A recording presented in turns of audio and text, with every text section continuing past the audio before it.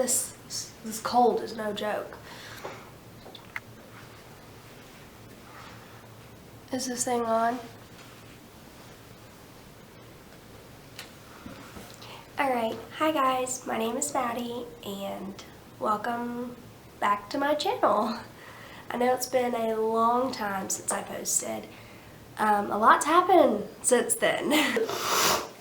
Oh man, I'm gonna have to edit the crap out of this. Let's dive right in.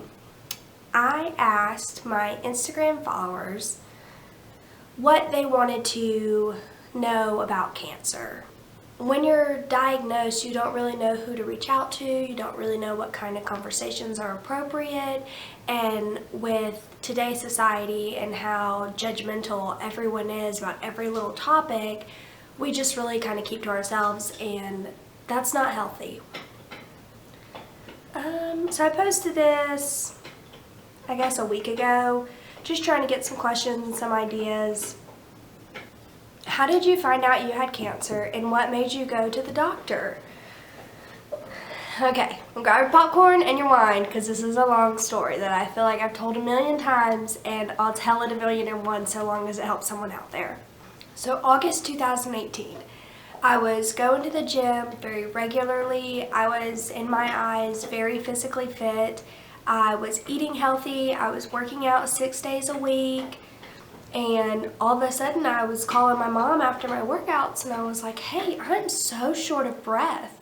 And she's like, you know, Madison, cool it, pump the brakes a little bit, relax. You're probably just pushing yourself too hard. You're not used to working out like this. So I took it easy the next few days, and you know, I would, instead of doing a bunch of high intensity workouts, I would do cardio, just trying to get the strength up, get my heart strength up so that it wasn't so hard to breathe all the time.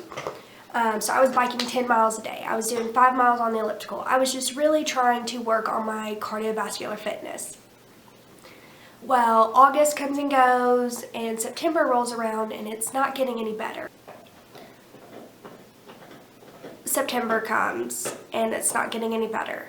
I go to dinner with my boyfriend at the time and his family, and all of a sudden I look at him at dinner and I'm like, we gotta go home. He's like, why, what's going on? So I tell him, I say, I think I'm having an allergic reaction, I can't breathe, we need to go. So in a rush, very panicky, we get up and we leave, we go home. I take Benadryl, I'm taking my inhaler, I'm doing all kinds of things just to open my airways up. And sure enough, I take a Xanax, knock myself out, because I thought I was having a panic attack on top of an asthma attack or an allergic reaction, and I went to sleep, woke up, everything was fine. A few days go by, I don't call my doctor, I'm like, that was just a freak reaction, no big deal. Then it happens again, and it keeps happening more and more frequently, and it's happening while I'm just riding in the car, not doing anything. I'll just feel this tight pressure on my chest. I described it to my doctors as feeling like an elephant was sitting on me and I was gasping for air. And they did test after test after test. They did everything from pulmonary functions tests to D-dimers to check for blood clots, to leg Dopplers, to echocardiograms, to CT scans, to x-rays. I had an asthma test done. I did stress tests. I mean, just test after test after test, and everyone was saying, we don't know what's wrong with you. You're very healthy. You're very fit. I don't know why you're having these issues. So my primary care sent me for a CT. That was one of the tests that I had named. And she says, hey, I don't want to alarm you, but we found a mass in your mediastinum. According to the x-ray report, it could be a number of things. It's probably just fatty tissue, but I'm going to send you to another doctor just to get their opinion. So I go to another doctor. Yeah, we see the mass. Don't really think it's anything. It's in a really weird place. I'm going to send you to a cardiologist, and maybe it's your heart. So then I go to the cardiologist, and I wait, and I wait, and I wait, because my symptoms weren't a heart attack. My symptoms were not rapid heart racing, like rapid heartbeat. I didn't have any of those pressing symptoms to make me a top priority patient, so I waited for upwards of 3 hours to see the doctor. With an appointment, waited. And the doctor walked in and said, "Why are you here?" I said, "I was hoping you could tell me that." She said, "Well, I looked at your echo, and I've looked at all your blood work, and you're perfectly healthy. There's nothing wrong with your heart." I said, "Okay, so what's my next step then? Because I need an answer."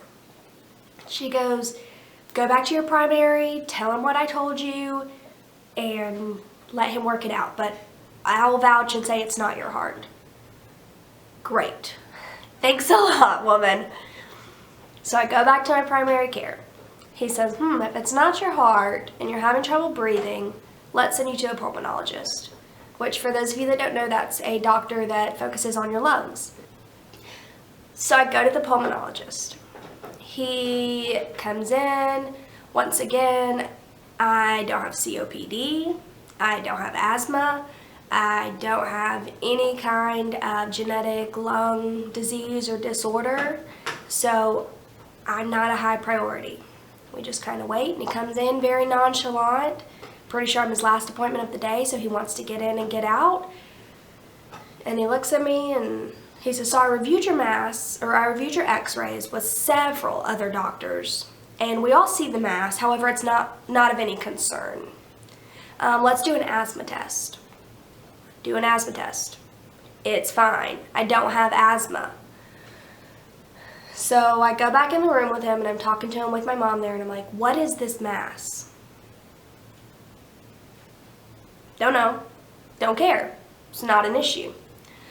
I said, "Well, it is an issue to me. I need to know what it is." "Well, it looks like it's on your thymus gland, and at your age, you shouldn't really have a thymus anymore, so it's probably just remnants of what used to be, or probably still is, your thymus gland. Some people just take longer to go away. I wouldn't worry about it." Okay, well, that's not an answer. I need to know what it is and if I should be concerned because I can't breathe.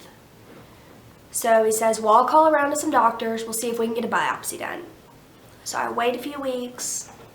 He finally calls me back. He's like, "Hey, so I talked to 2 surgeons in your hometown, and neither of them are comfortable biopsying this mass because of its placement. It's lodged right in between your heart and your lungs, and it's just not really a safe place to go in." Great. He said that one of the surgeons would do it as long as I understood the risks involved, and that it would be similar to having open heart surgery. They would crack my entire sternum, open my chest, and then biopsy the mass.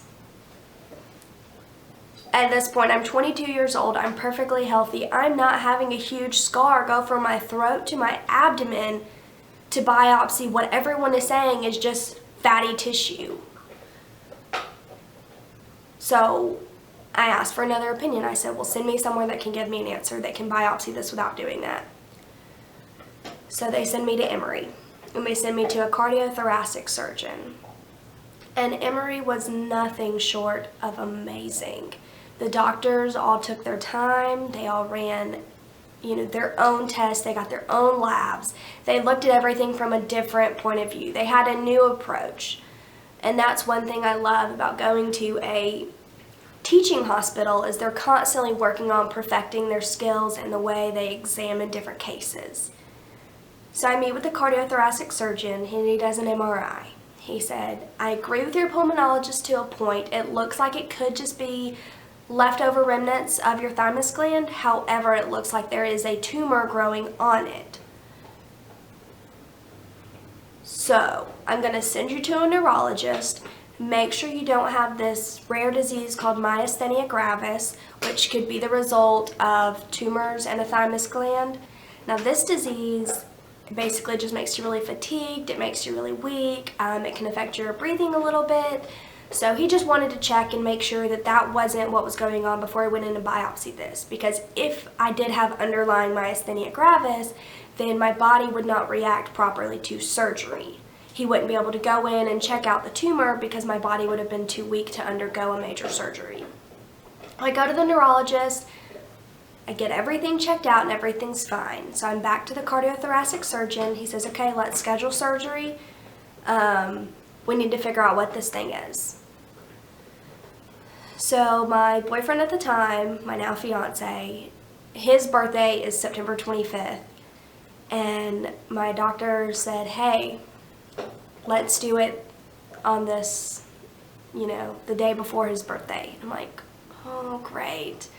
I'm like telling myself that this is going to be okay. It's going to be good news. There's no big deal. I'll be home for his birthday.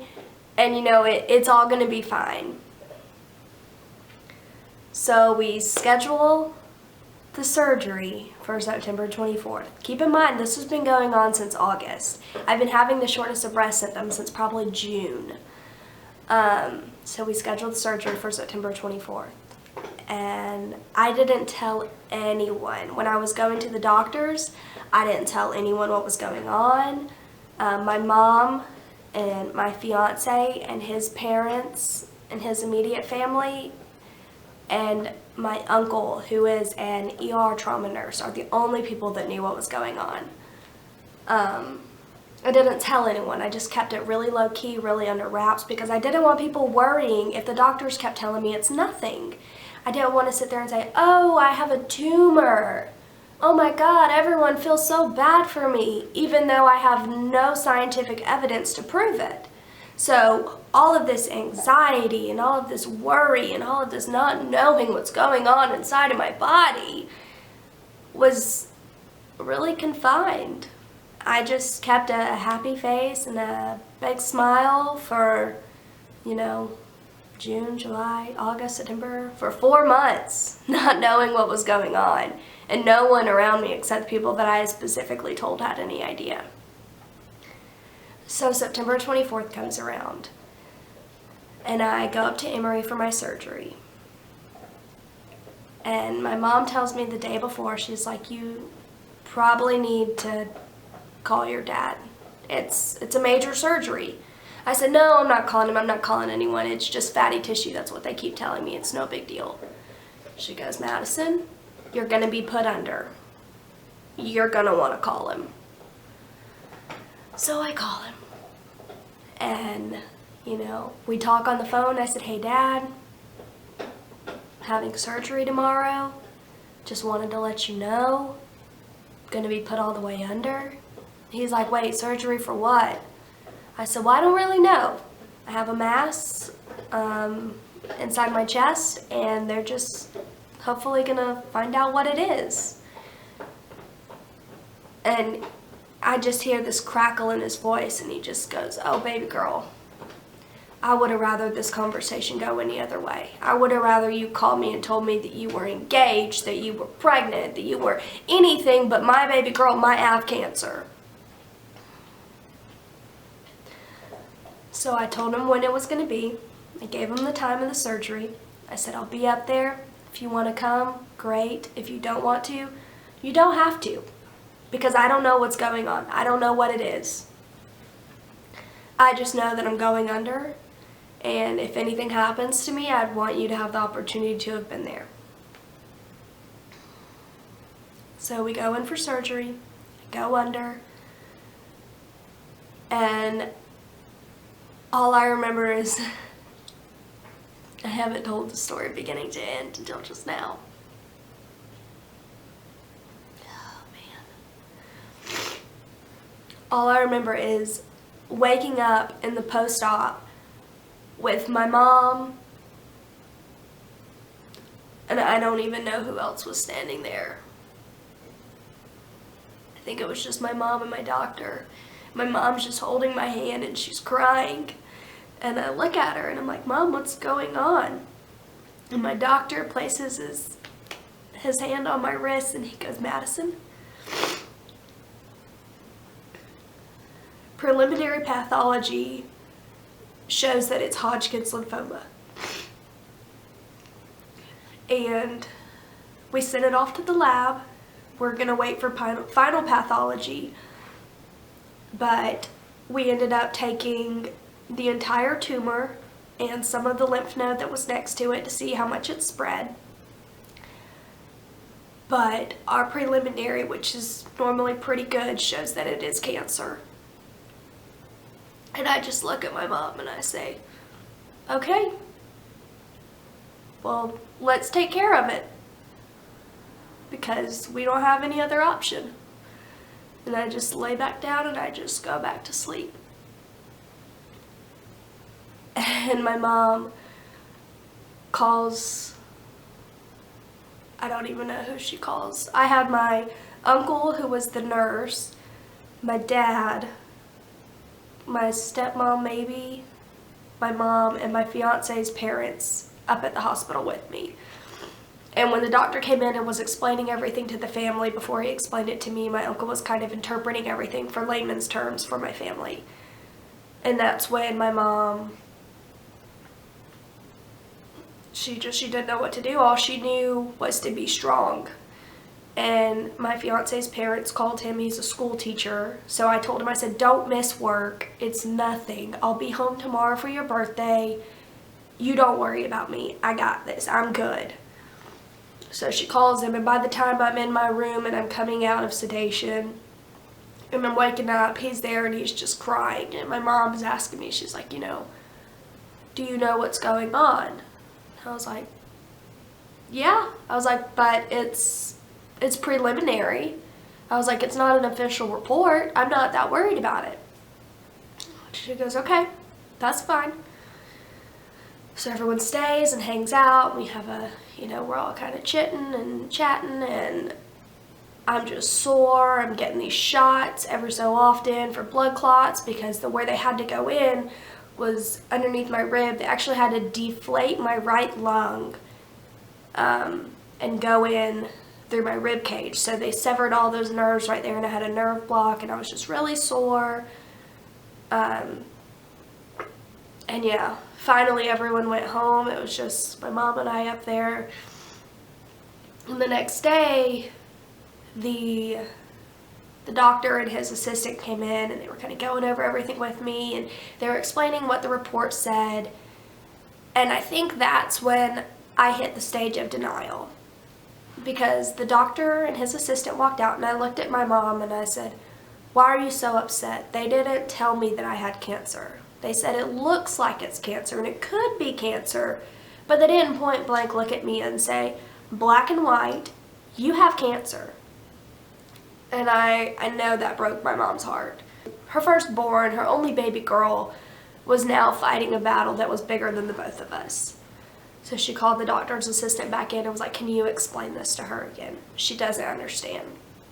I asked questions, and I asked the doctor point blank, can you definitively tell me with 0% doubt in your mind that I have cancer? She goes, no. She goes, I can give you 97%. She goes, but I can't give you 0% without a doubt in my mind. I said, okay, that's fine, thanks. So we go home, and I start to recover. And I get a call on October 1st from my surgeon. He says, hey Madison, did I wake you up? I said, yeah. You know you did. It's 7 o'clock in the morning. He goes, well, I got your report back. I said, hold on, let me three-way in my mom. And I'm sitting there thinking, like, he's going to say that it was wrong, that I was right, that she's overreacting. I could never have cancer. I don't have any tumor markers from all the blood work they've been doing. I'm not, unhealthy. I'm very hygienic. I'm sitting here thinking, like, I'm 22 years old. Like, there's literally no reason for me to have cancer. So I three-way my mom in, and the doctor says, so, your report's back, and it is definitely Hodgkin's lymphoma. You have the presence of all the cells. I will upload your pathology report to your portal, and you can review it. In the meantime, here's the oncologist that I recommend you seeing. Make an appointment with her as soon as possible. I'll have my office staff call and set one up, and they'll call and get a date that's good with you. But I would suggest getting on this sooner rather than later. Great. So at that point, my entire world has shattered around me, has completely crumbled. I have no idea what to expect. The thought doesn't even cross my mind of how do I avoid this? I went into this with the mindset that we're going to do whatever it takes to get rid of this, and we're going to come out stronger. The next few days are a blur. I don't remember anything. I don't remember how I told my fiance 100% without a doubt that that's what it was. I don't remember how I told my family. I don't remember any of that, if I'm being honest. I think I just kind of let my mom take the wheel on that. I didn't really want it out at first because I was so worried about people just coming out of all the cracks and crevices of the earth that I hadn't talked to in years, just trying to be so holy and so supportive, and I didn't want that. Looking back on it, it wouldn't have mattered. Support is support. It doesn't matter if it's genuine or not.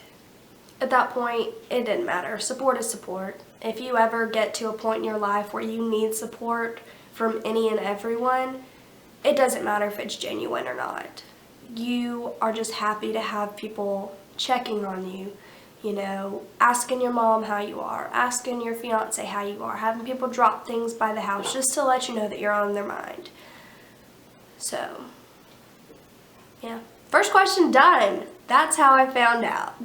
I couldn't breathe. I had a tumor in my mediastinum that was pressing on my phrenic nerve, and that was causing intermittent spells of not being able to breathe. So yeah, if you can't breathe and your doctors tell you probably have asthma and you don't have asthma, don't settle. Always go and check it out. I kind of answered a lot of these when I was telling that story. One of them was, how did you tell people you had cancer? And I honestly don't remember at all.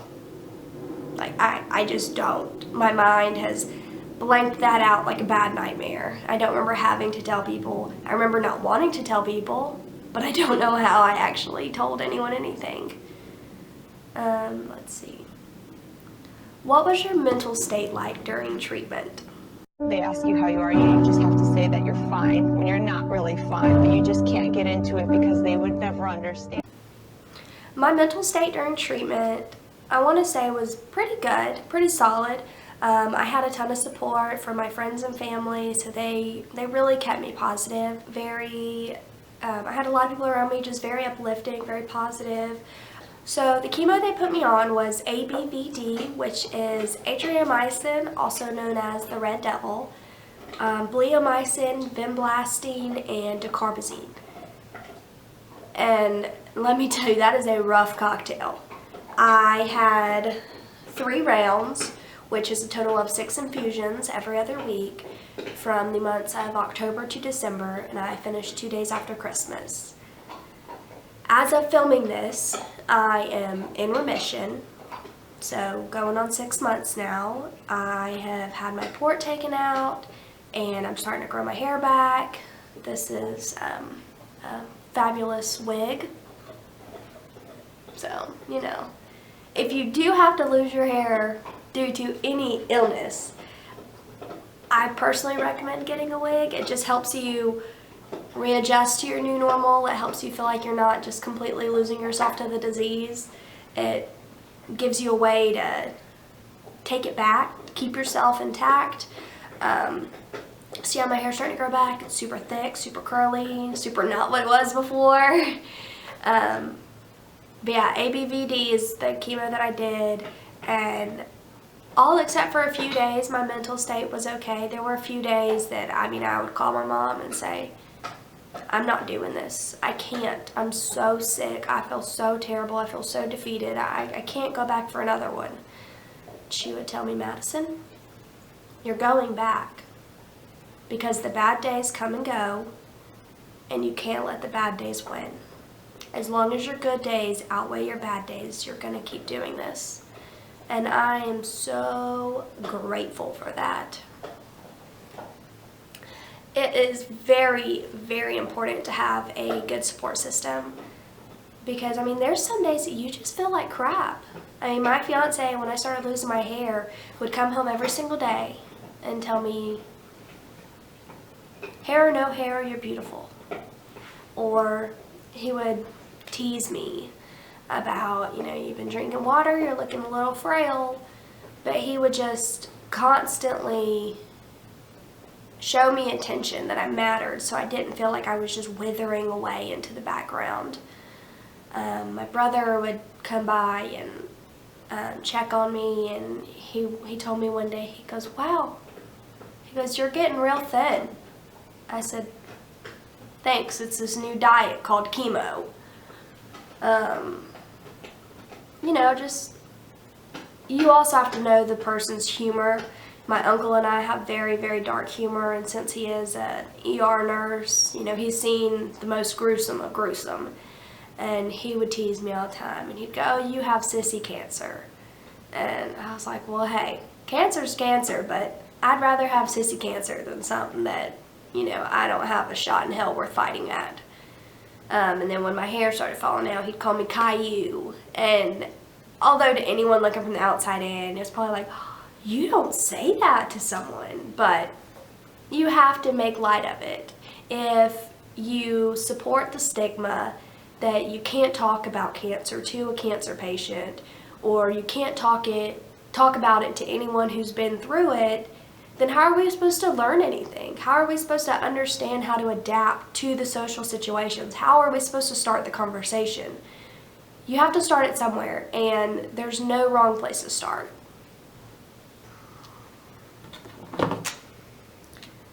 Next question. Did you ever think you were gonna die? Okay, well, yeah, I did. I got severely neutropenic after one of my chemo infusions, and I had to go to the ER. I had a fever that just wouldn't break, and when I went to the ER, I just kept passing out. I couldn't stay awake. I couldn't stay awake long enough to eat or drink. I was severely dehydrated, and when I get to the ER, they're running all my blood work and everything. They're doing x-rays, and they're like, well, we don't have a hematology department here, so we're going to send you by ambulance up to your doctor in Atlanta. I said, okay. I still don't know what's going on. I don't know why they're sending me. I thought I just had a fever. Give me some Tylenol and send me home. And then, my fiance's dad comes in, and he says a prayer over me, and then my fiance's holding my hand, and I pull my beanie up that was covering my eyes, and I just look up at him, and he's just crying, just tears falling down his face, and I grab his hand with the little bit of strength I have, and I'm like, am I dying? Just tell me if I'm dying. I just want to know. And he just cries and drops my hand and walks out. And then I'm just looking around so confused. I'm like, will someone just tell me if I'm dying? And my fiance came in. He goes, you're not dying. We're going to get through this. We're going to take care of this. My mom's holding my other hand, reassuring me, just rubbing my wrist. We're going to get through this. We're going to get through this. So I just pull my beanie back down over my eyes, and I just kind of accepted the fact, like, if this is how I go out, this is how I go out. The ambulance got there. I'm transported in the ambulance for 2 hours by myself. My mom had to drive separate, just in and out of consciousness the whole time. I had no idea what's going on, no idea where I am. And when I finally get to the hospital, I'm there for a week, maybe 5 to 7 days, something like that. Way too long. Hospital beds are not comfortable. And they get all my numbers as good as they can. They said, yeah, you're just neutropenic. Wash your hands, sanitize everything in your home. So yeah, I thought I was going to die. I only thought I was going to die once, though. Let's see. How did it affect your social life?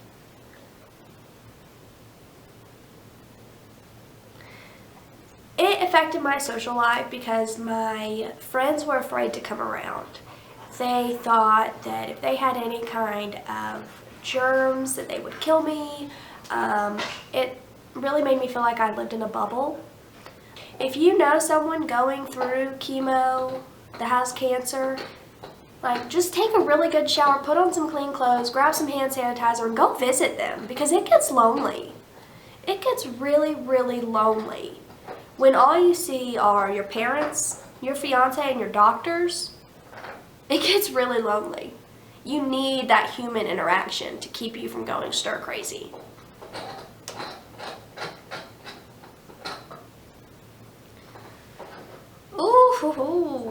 fertility fears. Someone just put fertility fears.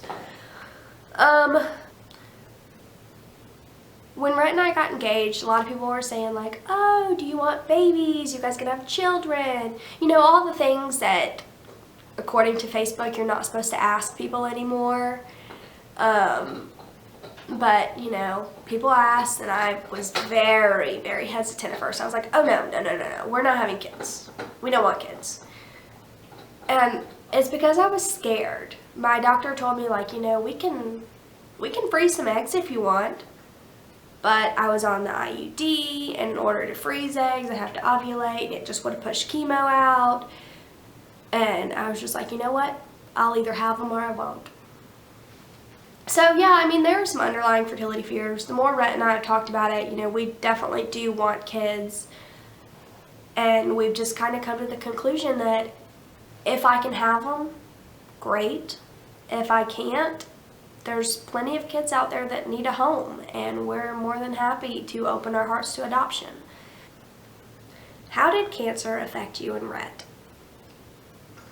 I want to say it brought us closer together.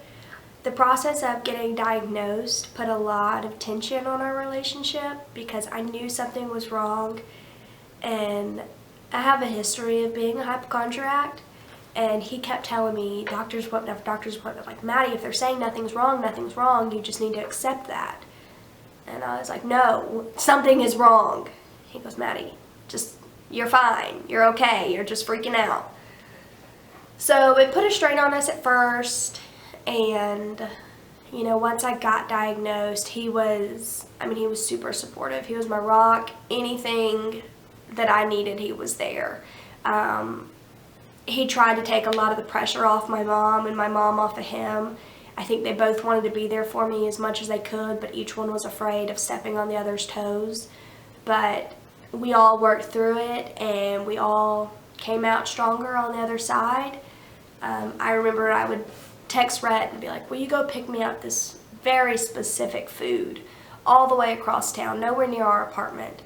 And he was like, is that what you want? And I was like, yeah, I haven't really eaten in like 3 days, and it sounds really good. And he would come home, takeout bag in hand, with the food. And he always stayed on me, you know, like, are you drinking? Are you staying hydrated? Have you, you know, had some soup today? You need to keep something in your body. So I would say it brought us closer together. I had times where I felt bad because I felt like he was taking care of me like I was a child, and I didn't feel like he should have felt obligated to do that. But, you know, obviously hindsight is 20/20, and he proposed to me as soon as I finished chemo. So it's kind of like in his heart that's what he wanted to do, and at the time I just didn't know that. I never doubted his love for me. I never doubted the strength that our relationship would persevere. But I did feel bad, like I was this burden on him. But, you know, as the traditional vows say, in sickness and in health, and he 1000% proved that he is there through sickness and in health. Okay, let's see what other questions we have.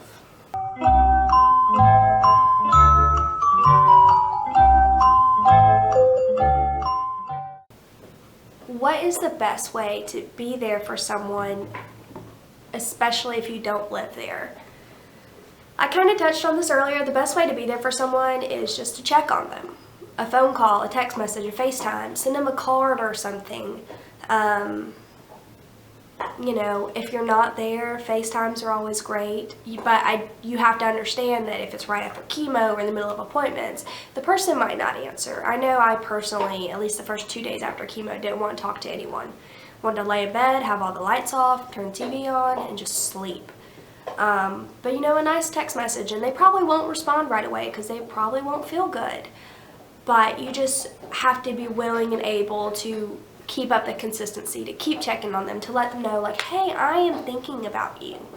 Even if you don't feel like responding right now, I am thinking of you. But if you are there and you are physically able, the best way to be there for someone is, you know, just to send a text like, hey, I just took a shower, I'm out and about, I'm going to come by, grab some lunch, what do you want to eat? or if the person is neutropenic and shouldn't be eating fast food and food that's prepared by someone else, say, hey, I'm going to the grocery store, I'm picking up some stuff, what do you want to eat? I'm going to come into your house, I'm going to cook, we're going to watch TV, we're going to hang out. Just don't let that person fade into the background. Keep them socially engaged. Keep them up to date with what's happening. Because when you are going through chemo, you feel like the world is going on without you, and you're just, you feel stagnant, and that's not a good feeling.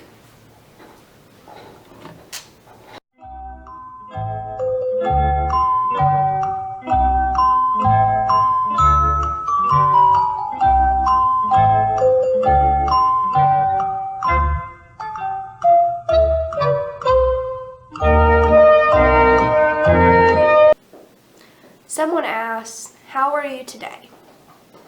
I would say I'm good. I'm alive, I'm here, I'm thriving. Back to work at my full-time job. Rhett and I, we're engaged, we just bought a house, we have 2 very healthy, very loving, very annoying dogs. We're doing good. I'm doing good. I have another checkup this coming Thursday. That'll be my 6-month checkup. Hopefully everything's still doing good. My mental state is slowly but surely leveling back out. My energy is coming back. It's been a long, tough road to get it back, but it's coming back slowly but surely. I haven't got back in the gym yet. That's something that I'm working towards. That's my 2019 goal, is to get back in the gym consistently. And I feel like at this rate, baby steps, doing a little something every day, I'll get back.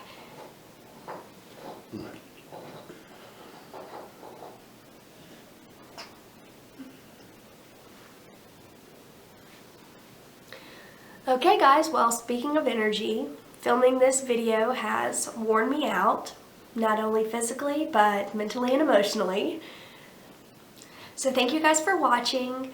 If you have any other questions, I'm sure I'll be doing another one of these in the future. If you have anything you want answered immediately, drop your questions below. I'll try to answer them. That's all. See you guys next time. Bye.